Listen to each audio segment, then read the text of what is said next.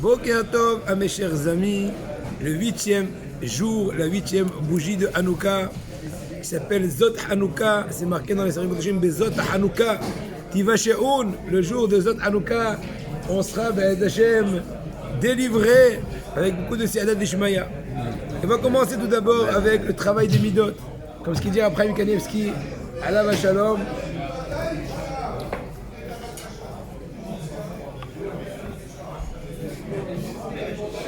Comme dit Abraham Kanievski, que par rapport à Nekima Venetira, c'est quoi Nekima Venetira? Se venger, porter et garder rancune. Le Sefer HaInour, il est octroyé à Rabbi Aaron HaLevi, qui est le Ra'a, le Talmid du Rashba. Il y a une discussion là qui dit que c'est quelqu'un d'autre, mais bon, en tout cas, la majorité, il semblerait, des commentateurs penseraient que c'est Rabbi Aaron HaLevi. Il dit, dans la mitzvah, il a écrit un Sefer. Sefer HaInour, ça veut dire le livre de l'éducation. En d'autres mots, l'initiation pour la Torah. En d'autres mots, il décompte, il fait le compte de la Torah, de toutes les mitzvot, tous les 613 mitzvot, et il détaille chacune d'elles, aussi bien au niveau hilchatique et moussarik, le message, l'idée. Il essaie d'expliquer un peu le fin fond de chacune des mitzvot de la Torah. Entre autres, il explique dans la mitzvah Resh Mem Aleph que quel est l'essence de cette mitzvah, de cette interdiction de l'otikon et l'otitor. Ne te venge pas et ne garde pas rancune. Sheda Adam viten alibo, ikol asher ikreu mito ve'adra. Être conscient de tout ce qui peut nous arriver, que ce soit pour le mieux ou pour le pire. Eh bien, ou siba shetavo elav me'et Hashem yitbarach. Tout ça, ça vient parce que Akadosh Baruch Hu a voulu. Oui. Il était compris dans les 5 ou Non, pas encore. Après, merci. Il y a Abdouhamid. Bien, Umiyad Adam, Umiyad Ish, Aïb Loye Davar Bilti Retzono. Toute chose qui peut arriver à une personne, que ce soit d'une personne ou de l'autre, peu importe, eh bien tout a été au préalable acquiescé par Akadosh Baruch Hu. Il est vrai qu'il y a une question ici de Emouna qui s'appelle si il y a le libre arbitre et la prédestinée, comment comprendre? Il faut comprendre comment ça se passe. D'un côté, c'est prédestiné, d'un côté, il y a le libre arbitre. La réponse est que c'est la Emouna, on ne peut pas comprendre. Au niveau rationnel, on n'a pas de possibilité de pouvoir comprendre cette chose-là. En tout cas, chers amis, avançons. Alken, si quelqu'un te fait du mal, une paire du mal, te vexe, te bouscule, Oyachivou, Yeda Ben Avsho, il faut être complètement conscient, il dit le Rabbi Aaron HaLevi, que c'est ces fautes-là qui ont causé ça. Kapara d'Avonot, il ne faut pas juste dire comme un dicton. Il faut tendre l'autre jour. Non, je n'ai pas dit ça. La Torah ne t'a jamais dit d'être, excuse-moi du terme, un pigeon. Je n'ai jamais dit ça. Mais par contre, une fois que c'est déjà arrivé, tu vas essayer de te défendre. Tu vas essayer de le réveiller. Tu vas essayer de lui causer, de demander pardon. Tu vas le ramener dans sa raison. Mais si ça ne marche pas, tu ne vas pas commencer à lui en vouloir. En fin de compte, Hachem a voulu. À la rigueur, le pauvre, je répète les mêmes propos d'hier, qu'il faut plutôt avoir pitié de lui. Il a été le mauvais messager. Il a fait le mauvais boulot. Donc à la rigueur, le pauvre, c'est lui qui est mal, entre guillemets, mal barré. D'accord? il va m'avoir de tenir J'ai une barre à Gaza là. Qui ou enos ibadrato. Qui a avon ou amesavev. C'est la faute de l'homme qui a été la véritable cause du mal qui s'est passé maintenant. Comme ce que dit David Amelech, Alav Shalom. On sait très bien que Shim'i ben Gera, imagine-vous à Botaï. David Amelech qui était le roi d'Israël. Et bien Shim'i ben Gera qui commence à l'insulter. La Gemara détaille c'est quoi les insultes? Humiliation incroyable. Fils de ceci, etc. Incroyable. Il a jeté des pierres sur lui. David Amelech, il a dit laissez-le. Hachem lui a dit de m'insulter. Quelle puissance!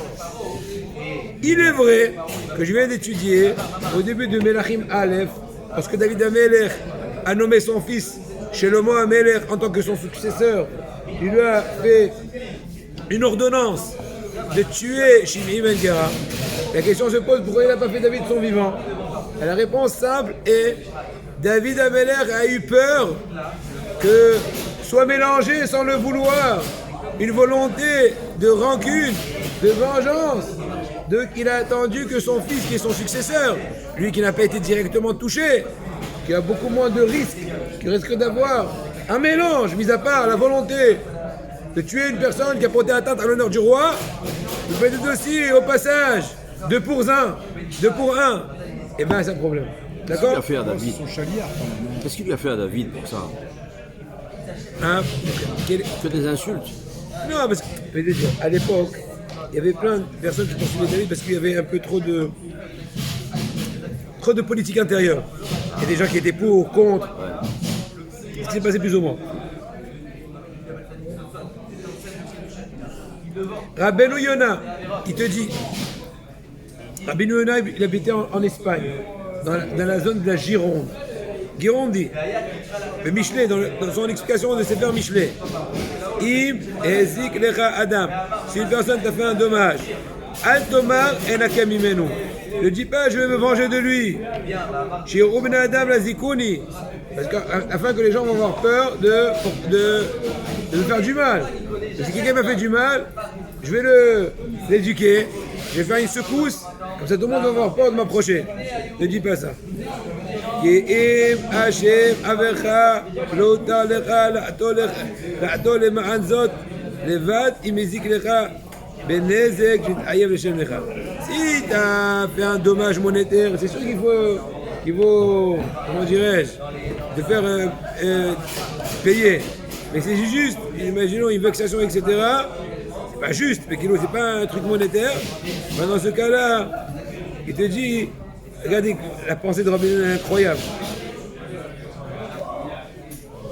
C'est pas parce qu'il a fait du mal, ton ami, que tu as le droit de l'éduquer, en un mot. Je veux dire, là c'est dans son problème. Tu peux essayer de lui parler gentiment, et venir à faire justice, non.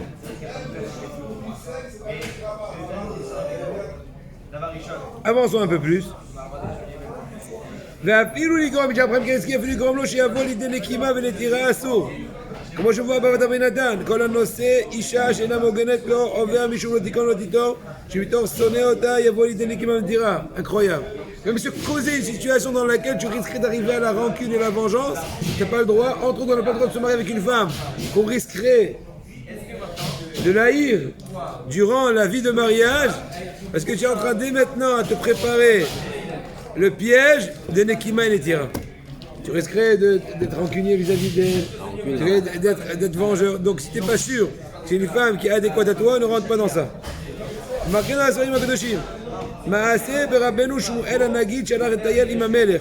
À l'époque de Shmuel HaNagid avec le roi d'Espagne, et pas que le roi d'Espagne se promenait. C'était donc quelqu'un qui était un notable. Il a Tamid Acham aussi, mais il était aussi notable. Il a fait une petite balade, promenade avec le roi. Un goy est passé dans la rue, il a maudit Rabbi Shmuel HaNagid. Il a dit merci. Alors, le roi il a dit à Rabbi Shmuel, le roi a permis à Rabbi Shmuel HaNagid de lui couper la langue. À ce goy-là qui a insulté Rabbi Shmuel. Et par contre, Rabbi Shmuel, qu'est-ce qu'il a fait? Il a envoyé des cadeaux. Le cas que ce goy, il est devenu son meilleur ami. Donc, en d'autres mots, tu veux tuer quelqu'un, entre guillemets, Merci. bouleverse-le. Non, c'est pas notre degré. Dis merci quand on t'insulte. ופעם הארת הלך עם המלך ויצא הגוי ההוא ובירר רבי שמואל וכעס המלך. Une autre fois, ce gars-là, il a aperçu de nouveau que le roi se balade avec le Rabbi Shmuel HaNagid. Et il commence à dire des brachot, Rabbi Shmuel, qu'Hachem te donne, etc. Le roi s'est énervé. Il a dit, je ne vais pas couper la langue. Il m'a dit, j'ai fait ce que tu as dit. Il a dit quoi? Je lui ai coupé la mauvaise langue. Et je lui ai mis une autre langue qui est bonne langue. Il a fait, comment dirais-je, une opération. Un changement de langue. Et le sage dit, David Abenatan, Eze Gibor, a ossé son oavo. Qui est le véritable, fort, puissant, celui qui sait renverser son ennemi et le rendre son ami. Et c'est du travail. Maintenant, la prochaine fois, dans le 21e Pérec, on va étudier l'importance de sévère panim yafot. recevoir son ami avec une face, comment dirais-je, resplendissante. Une petite question journalière à Botaï. Que dois-je... Regarde, je vais devenir là vraiment, je vous dis la vérité, je ne peux pas me retenir. Je vais vous dire ce qui s'est passé. Écoute la question, lui va comprendre, toi aussi peut-être. Écoute la question. Que dois-je faire des mèches utilisées et de l'huile restant de Hanouka? C'est la question dans laquelle on est maintenant. Je ne l'ai pas préparée. Ça veut dire que toutes les questions qui étaient aussi bien auparavant et après, on va comment vérifier? Après, c'est aussi Shabbat. Les rollers le Shabbat. La question d'avant, c'était par exemple le lait chamour ou pas. Question générale. Et avant, c'était Shabbat. Le premier jour de Hanouka, quelle était la question qui nous est sortie? Quelle hauteur mettre la Hanoukia? Comme un cheveu dans une soupe. Et il a dit voilà la hauteur de Hanouka, etc., etc. Ensuite, il a repris Rosh Shabbat. Hier, on a continué.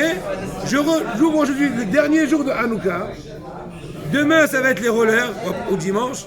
Là, vous êtes à Botaï. C'est affolant. Non? Incroyable. C'est... Incroyable. Incroyable. Que dois-je faire des mèches utilisées et de l'huile restant de Hanouka? Certaines personnes me disent que je n'ai pas le droit de les jeter. Est-ce exact? Non. Réponse. Oui. Il est clair que l'huile ou les bougies qui ont servi à l'allumage des nérotes de Hanouka ne peuvent pas être récupérées pour un quelconque usage, ni pour la consommation, ni pour allumer des nérotes de Shabbat, car celle-ci a été réservée à un usage exclusif qui s'appelle Mouktsé, en l'occurrence à la mitzvah des bougies de Hanouka. Donc ça a été, comme on dit, exclusif. C'est pour ça que s'il y a des restes d'huile après Hanouka, il faudra les brûler, sauf si l'huile a brûlé plus de 30 minutes. C'est le temps minimal d'allumage. Donc après, c'est un surplus. Auquel cas, toute l'huile dédiée à la mitzvah a été déjà brûlée, le reste sera permis. Mais il est préférable, au préalable à Hanouka, faire une condition que toute l'huile qui est restant au-dessus de l'huile de la mesure d'une demi-heure, je peux faire ce que je veux, c'est mieux. D'accord? Extraordinaire, hein? C'est de tous les jours. C'est incroyable. J'ai raconté ça à mon cousin, qui est l'auteur. Il m'a dit, tu vas époustoufler. On parle de l'huile du dernier jour ou alors de tous les 8 jours? Oui, effectivement, tous les jours. Parce qu'on parle du dernier jour, parce que le dernier jour, j'ai en train de mettre de l'ordre. Ce qui m'est dans ta arrivé. maison. Moi, j'ai mis que... Quand on dit qu'on brûle l'huile, on l'utilise alors donc. Non. Pourquoi l'utiliser? Brûler, c'est entre guillemets exterminer. Hors service. Tu prends un récipient, tu allumes, pas pour utiliser pour quelque chose. Ouais, tu rallumes une mèche dessus. Il y en a qui le gardent en fait. Attention de s'en servir. Il y en a qui gardent des mèches pour votre Hames. Tout Hanouka, moi je prends les gros gobelets, je mets de l'huile dedans. D'accord. Avec La longue mèche. Non, sur le Oui, d'accord, la mèche qui flotte. le flotteur, voilà. Ça brûle entièrement, il ne reste plus d'huile. Donc c'est une bonne idée à savoir. Ah ouais, il n'y a plus d'huile. Mais là, j'ai le chamèche, cette nuit là, il est resté de l'huile. C'est pour la shpa'a. Qu'est-ce que je vais faire avec? Ah non, tu peux le mettre, tu peux le mettre à la rigueur. Je remets encore. Soit tu le brûles, Voilà. soit tu le brûles en fait, c'est l'allumer. Voilà. Il y a des mèches aussi. T'as pas parlé des mèches? Ouais, mais c'est la même chose, ça va de même. Non plus, parce que c'est mouxé pour cette mitzvah. J'ai reçu ce matin du Rav Shlomo Shukroun. Non mais il livre. Ouais, alors la Gemara nous enseigne que 97% des gens meurent de Aïn Hara, la période de Hanouka. Pour compter cette influence néfaste, il y a une ségoula puissante que l'on peut pratiquer après avoir allumé les bougies pendant les 8 jours. Cette ségoula consiste à rassembler les restes de l'allumage des bougies et à les brûler. La fumée qui s'en dégage est ensuite tournée dans toute la maison. Et ce rituel a été vérifié, etc., contre Aïn Hara. Vous connaissez? Et moi, je vais vous dire un truc. Il n'y a pas une plus grande skoula que étudier la Torah le maximum. N'oublions pas l'essentiel. C'est la centrale nucléaire. On s'appelle, non, comment on s'appelle? Am Ségoula. Traduction littérale, un peuple de Ségoula. C'est quoi Ségoula? D'aptitude. Mais en fait, on cherche tout le temps des aptitudes. Skoula de ceci, c'est bien, mais n'oublions pas que c'est le Kishin Shtadlut. La plus grande force est l'étude de la Torah. Rechilut, Asura, Aksham Saper, Elomit Kavem, Rechilut, Oligrom, les Sin'a. Le colportage est interdit, même quand j'ai pas l'intention de par mon récit, à éveiller une haine. Peu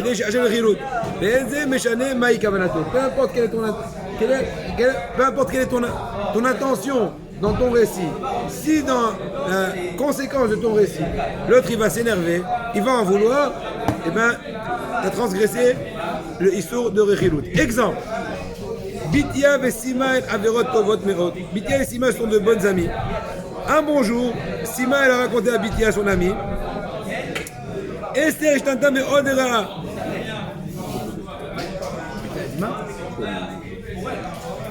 Il faisait Machouk Pachouk. Il faisait Pachouk Merod. Il faisait Psoba. Dans 10 minutes. Oui, c'est vrai. Esther Ishtanta me Odera. Esther, elle s'est changée beaucoup en mal. Ikva Ena Kotova ou Balat Eset Kevishaita Be'avar. Elle n'est pas si bonne comme d'habitude.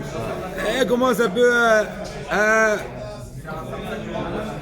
אחר מספר ימים פגשה בתיה את אסתר ואמרה לה סימה מספרת שהשתנית לרעה אני חושבת שלא כדאי לך להזניח את בנתך. Donc l'autre elle la rencontre au bout de 3 jours, il dit tu sais que notre ami m'a dit sur toi que tu commences un peu à virer, tourner dans le vinaigre. Je te prie de bien vouloir te reprendre. Effectivement, je pense, après réflexion, je me rends compte que effectivement il est temps. Midia Avra sur Rechilut. Bitia a transgressé l'interdiction de Rechilut. La moitié était là, elle n'avait aucune intention, elle a fait ça naïvement. Elle ne peut pas ça par ruse. Elle fait ça naïvement. La Arche Biret Aïnian, Nodal et Haïm. On va connaître d'autres exemples, on fera peut-être la prochaine fois, on avance encore un peu. Et l'autre exemple, on verra un peu plus tard. On va faire un peu de l'Echot Shabbat, après un petit truc sur la paracha. Sur Mish Ayav le Avero Bakbouk Yain. L'Echot Shabbat. Tu dois rembourser à ton ami un bakbouk yain. Shabbat, tu veux te rembourser. On n'a pas assour les fois alors être ovo be Shabbat. Shema katav da'ov et ataishka jayam Shabbat b'hakeo. Hachamim ont décrété. Tu n'as pas le droit de rembourser une bouteille de vin à ton voisin Shabbat, de peur qu'il va venir effacer dans son carnet. Tu l'as marqué. Donc tu n'as pas le droit de rembourser. Ah bon? Tu n'as pas le droit de rembourser une bouteille Shabbat. Parce que lui, il te l'a marqué. Il prête tous les voisins. Celui-là, 5 œufs. Et je suis devenu une épicerie. Service de nuit. Et comme un pharmacie de service, lui, il est épicerie de service. Et etc. Donc il marque. Il va effacer. Assour. Des bourrim, shalem bahem, zerer, shalasiat melacha. Des paroles. Oui, on parle que de Shabbat. Des bourrim, shalem bahem, zerer, shalasiat melacha. Des paroles, on va dire, futiles. C'est d'un côté, dans ces paroles-là qu'on veut dire Shabbat, et on ne parle pas d'un travail interdit ou quelque chose comme ça. Ou bien, il n'y a aucun intérêt de cette parole-là.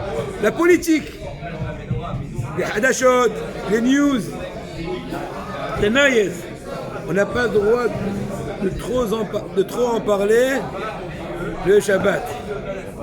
Mais des bourrim, des vrais gnailles, des paroles qui ont du mal dedans, du galoudroche, ou bien de légèreté d'esprit, il y a plus forte raison du Lachon Hara. De toutes les façons, c'est interdit, il y a plus forte raison du Shabbat. Vous savez, la Gemara elle raconte, il ne ramène pas, c'est ici, je crois, que Rabbi Shimon Bar Yochai, il avait une grand-mère. Et que je me rappelle du Midrash. Et bon, Hachem, cette grand-mère-là était assez pile-pelle. Là, comment ça va? Ah oui, c'est pas qu'une fois que Rabbi Shimon a dit Mémé, aujourd'hui c'est Shabbat. Kilou Shabbat, il faut calmer les ondes. Tu peux faire du télim, il n'y a pas de problème. Tout ce que tu veux, il n'y a pas de problème. Mais trop papoter, c'est dangereux. Avançons. Dibourim. Voilà. Darshu Azal. Exactement. On continue encore une petite halakha. Nos sages nous ont enseigné. Ou Viom Sim'atrem. Pasuk. Pasuk dans la Torah. Viom Sim'atrem, Mo'adechem, Lasha'ot Shechem. C'est quoi Viom Sim'atrem? Le jour de vos joies, c'est Shabbat. Al-Ken, Oïdaber, Divrei Ma'ativim. Donc on n'a pas le droit, Shabbat, de parler des choses qui attristent. Et là, Ismah, mais Istamah La'erim. Il faut être heureux et réjouir les autres. Un petit point sur la paracha. Bezrat Hashem.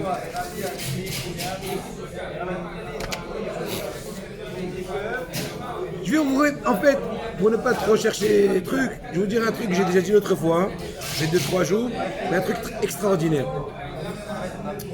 Dans la paracha de la semaine, Yosef Hatzadik se dévoile à ses frères. Il lui a dit, c'est moi Yosef, est-ce que mon père est encore vivant? Donc bien dire ce soir au Chiour, on verra un peu le détail de la remontrance et tout. Mais maintenant, l'idée est la suivante. C'est marqué que Yosef, il était Ben Zekonin à Yaakov Avinu. Traduction littérale, c'est le fils, le Benjamin. De la vieillesse. Mais nos sages ont été expliqués de façon midrashique. Zekonim, Ziv Ikonin, l'aspect de sa face et de mort, elle ressemble à son papa. Mis à part le fait que le midrash fait un parallèle extraordinaire entre l'historique de Yosef et de Yaakov, c'est vraiment adéquat. Mais mis à part ça, même au niveau physionomique, au niveau de la face, ils se ressemblaient. Donc, Ribono Shel Olam, vous êtes déjà rencontré avec Yosef, votre frère, vous les Shvatim, pendant combien de fois? Plusieurs fois, n'est-ce pas? Il se fait passer pour un beau Ali. Je comprends pas, tu vois pas qu'il ressemble à ton père. Qu'est-ce qu'il dit Rashi au nom de la Gemara, Ketubot Avkav Zayin et autres? Je crois que Ketubot. Non, il y a 2 Gemarot ou 3 qui le disent. Que puisque Yosef les a quittés à l'âge de 17 ans, il n'avait pas encore de barbe, il était encore adolescent. Et il les a vus 22 ans plus tard, quand il avait presque 30 ans. Il a eu de la barbe. Donc lui, il les a reconnus parce qu'ils n'ont pas trop changé, ils étaient déjà barbus quand il les a quittés. Mais lui, il n'avait pas de barbe. Il pose dans le Sefer Torah Or du Rav Moshe Horev, Alav Shalom. Il dit, je comprends pas. C'est encore une meilleure raison de le reconnaître plus facilement là-bas. Parce qu'étant donné qu'il est censé ressembler à son papa Yaakov, Yaakov étant jeune, encore Yosef quand ils l'ont quitté, c'était Yaakov sans barbe. Maintenant c'est vraiment papa avec la barbe seulement noire. Papa elle est blanche. Je comprends pas, vous voyez pas? Vous comprenez pas, vous êtes vraiment... Et bien la réponse, il dira, moi j'ai un rêve extraordinaire. Il dit, on sait très bien que Mitzrayim, elle est considérée la nudité de la terre. Elle va ta'aretz. C'est marqué par rapport au Mitzrayim, Zirmat, Sousim, Zirmatam. Ils ont un hennissement, n'est-ce pas? Comme celui d'un cheval. Et le cheval, on sait très bien qu'il est qualifié par, on va dire, la débauche. Ils sont comme un souci. Ok. Il dit, c'est marqué dans la halakha, c'est clair, c'est marqué dans la Gemara, qu'on n'a pas le droit de regarder la face d'un rachat. Quand c'est marqué par rapport au roi, un des rois d'Israël qui était rachat, il a dit, si c'était pas pour l'honneur du roi, je sais pas quoi, j'aurais pas ne pas regarder sa face. Pourquoi? Parce qu'on n'a pas le droit de voir la face d'un rachat. Et je rajoute que le Magan Avraham dit que Stam Goy c'est un rachat, il vaudrait s'abstenir de ne pas voir la face d'un Goy. Même d'un goy. Alors que les gens, avec leur idiotie, mettent des posters sans vouloir trop détailler les choses. Ça, c'est un. Maintenant, ils se sont dit, maintenant, si on va en Égypte, chez le roi d'Égypte, c'est Khlet, c'est la totale. Donc, c'est la Touma d'Atouma. Donc, on va pas, Hazve Shalom. C'est l'inverse des lumières de Hanouka. Dans les lumières, en regardant, en observant les lumières de Hanouka, on a la Gdusha, le Oraganouz. Là, on a la Touma Hashem Ishmo. Donc, c'est marqué Ve'ishta'avu elav apaim arza. Ils sont prosternés devant lui vers la terre. En d'autres mots, ils sont promis, ils sont jurés de ne pas le regarder du tout. Donc, c'est pour cette raison, il explique un rêve autrement que Rashi. Et sauf qu'il y a 70 faces à la Torah, ils n'ont pas eu la possibilité de faire une comparaison. Ils n'ont même pas regardé. Ce n'est que plus tard, quand il s'est dévoilé à eux, au préalable, il leur a dit j'ai la crainte d'Hachem, il leur a sorti Shimon de prison, etc. Quand ils ont senti qu'il avait la crainte d'Hachem, ils ont commencé un peu à l'observer. Mais pour une raison ou pour une autre, ils ne l'ont pas encore reconnu.